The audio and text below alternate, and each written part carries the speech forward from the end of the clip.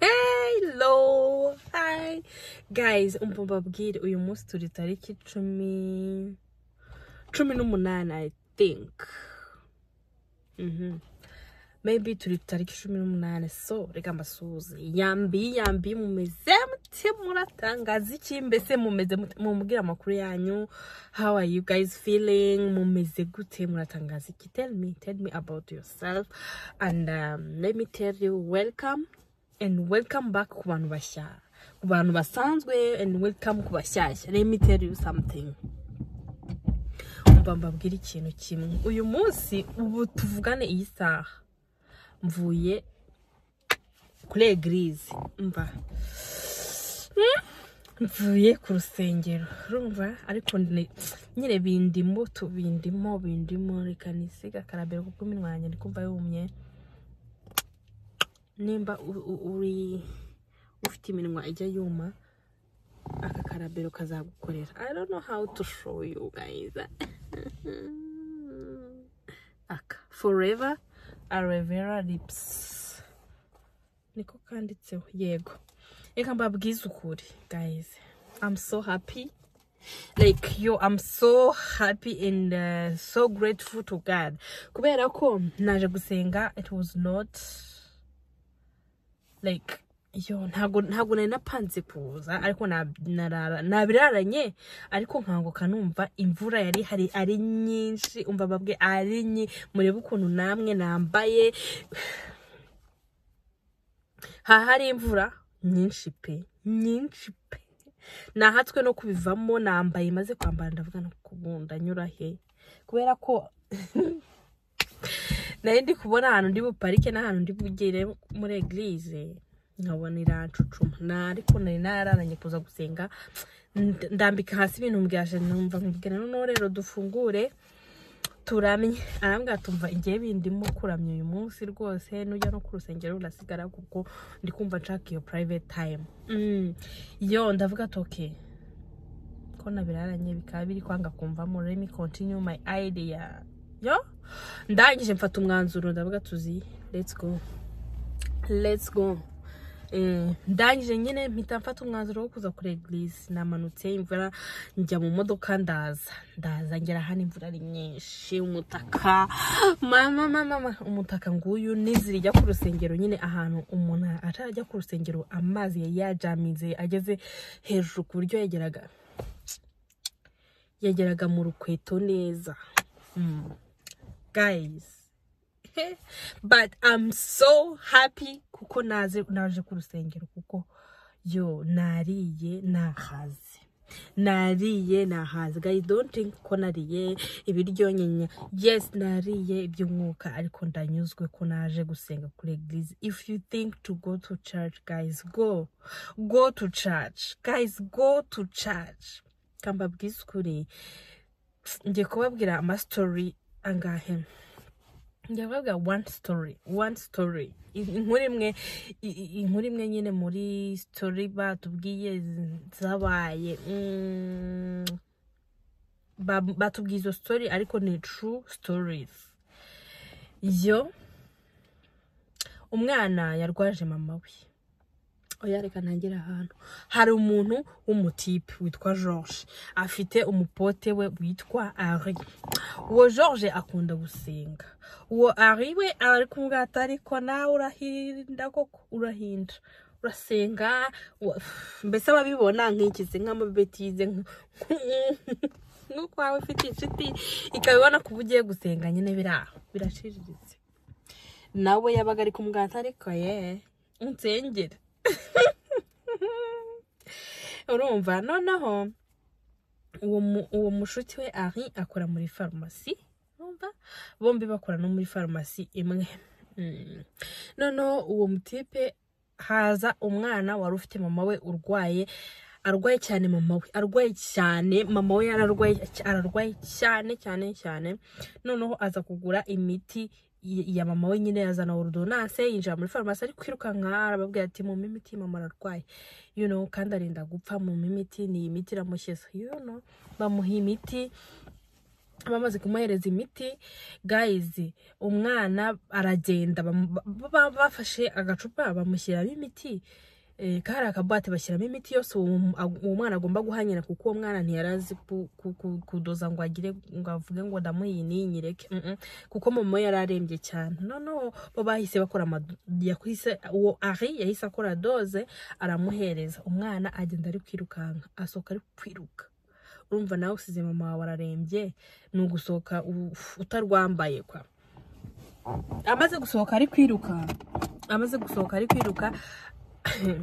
ari ngo arebe urumva ari ngo arebe imiti yatanze asanga yamuhaye imiti ariko amuha imiti itari yafashe igikombe ibikombe byari byegeranye gutya ari afata igikombe kiri hano yagomba gufata ikiri hano guys guess what amuha imiti igomba kwica mama we sans faire exprès atabikoze ubwende arangije amaze kumuhereza iyo miti umwana agenda ari kwiruka arasohoka ari kwiruka nyine urumva ari gushaka gukiza amagara ya mama we ubwo ari asigara muri farumasi bisanzwe ahindukiye ngo arebe ko umukiriya ukurikiyeho abona yahaye wa mwana ya miti ariko ushaka kwica nyina burundu none iramurangiza yo Ari abura amahoro agaturashize asoka muri farumasi ari kwirukanka areba wa mwana wa mwana yasohotse ari kwiruka abura harengeye mama mia umva abura icyo akora asigara yabuze icyo akora asigara aho ngaho ari kwibaza ati umuntu agiye gupfa kubera njyewe ubuse ndabigenza gute arazenguruka farumasi yose ngo arebe nimbura akabona aho umwana yarengeye arabura arangije uzi icyaha yakoze aragaruka muri farumasi yataye umutwe akomeza kuvuga ati je vais pas que cette maman meure à cause de moi umva akomeza kuvuga ati sinshaka ko uyu mubyeyi apfa kubera njyewe sinshaka ko uyu mubyeyi apfa kubera njyewe noneho yibuka yuko wa mushuti we yibuka ko George yibuka ko George ari umuntu ukunda gusenga Imana kandi yizera Imana arangije arirukanka arambwira ati yo natanze imiti itariyo kandi umwana yagiye namubuze sinzi wabo je sais rien sinzi cyo gukora tabara ambwira ati rero nsengera ya Mana yawe nsengera urumva yari gusitabaza ari gushaka ubufasha ariko atazi uwa bwaka you know ubwo ngubwo nawe urabyumva kubwo gukora kw'Imana ubwo George yarari nkaho hirya yari mu masaha ya George yo gusenga yes yari mu masaha ya George yo gusenga aza ari gukriya gutyo aza ari kubisakuza ati sinshaka kwapfa kubera njyewe uyu mama ntago nshaka kwapfa kubera njyewe umva bahise bumva urugi rwa farumasi rwikubise comme quoi Dieu fort Imana ni nziza mwabantu mwe mujye mwizera Imana niba utazi ni Imana please believe kuko Imana ibaho yo Imana ibaho Imana ibaho kandi muri reality urukumva noneho arangije araza farumasi nyine urugi ruri kwita ngo bam babumvisha urugi rurikubise bumvisha rwikubise baraki urugi rurikingura umwana arinje ahita bavuga ati aza nyine yarakaye karakana gatoya kaza kacuritse umutwe karababwa ati noneho mumbabarire ndaguye kandi mama ararembye none ya miti nagwe yose irameneka icupa rirameneka none nta numwe nsigaranye nyine wari umuti wa liquide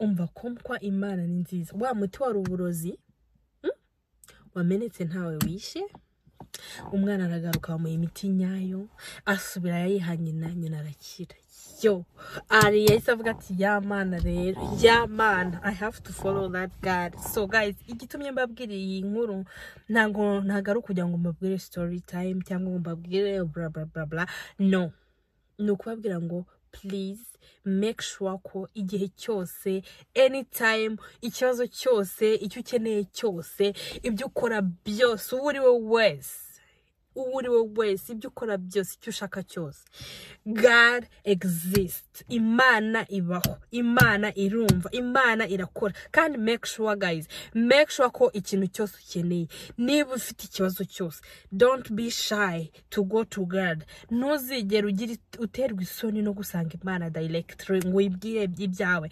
Niba ushonje, nta mafaranga ufite, nta biryo ufite, guys, pray to God. He will use any other body, I don't know, I don't know, mumbabarire sinzi uko nabibabwira. Imana izakora mu buryo bwayo. He has his own ways. Imana ifite inzira zayo, twebwe abana b'abantu we can't achieve those ways. Izo nzira ntago twebwe twazigeraho, ntago twazibasha. So ikintu kimwe nababwira cyo nuko Imana ibaho, you know, Imana ibaho. Byizere cyangwa ntubyizere, ariko uyu munsi ntubyemeye, ariko Imana nizera, by his own ways izabikumvisha. Yes, Imana ibaho, Imana irakora, yo, Imana irakora. So uyu munsi I'm so happy like yo. Mfite ibintu byinshi muri njyewe nababwira, but guys, icyo nashaka kubabwira kiri special nuko Imana ibaho, Imana irakora, Imana ni nziza.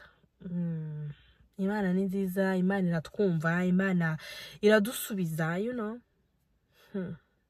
Mana we, nuzuye amashimwe muri njyewe,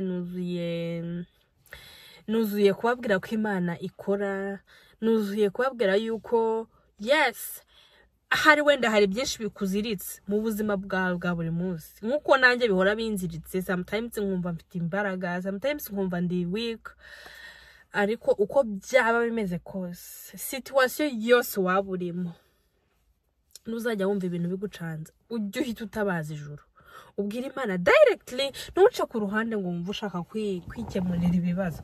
Ujye ubanza uyibwire, kuko yo ibikemura itabanje kukubaza byinshi. Kandi nkuko njyewe umuhungu wanjye agize ikibazo agahamagara mama, ntago ndambirwa kumva iryo jambo mama, nko kumva directement muri njyewe habayemo ikintu cya mbere kinzamo nugutanga sekuru, nugutanga ubufasha ku mwana wanjye. So ni Imana, when you call upon him, he will always be he is always there.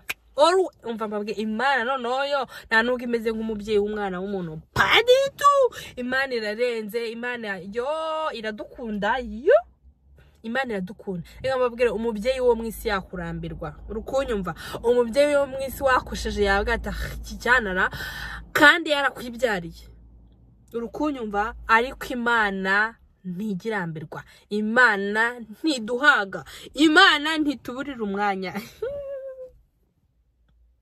Ninde nk'Imana, ariko ninde nk'Imana mwabano, ninde nk'Imana?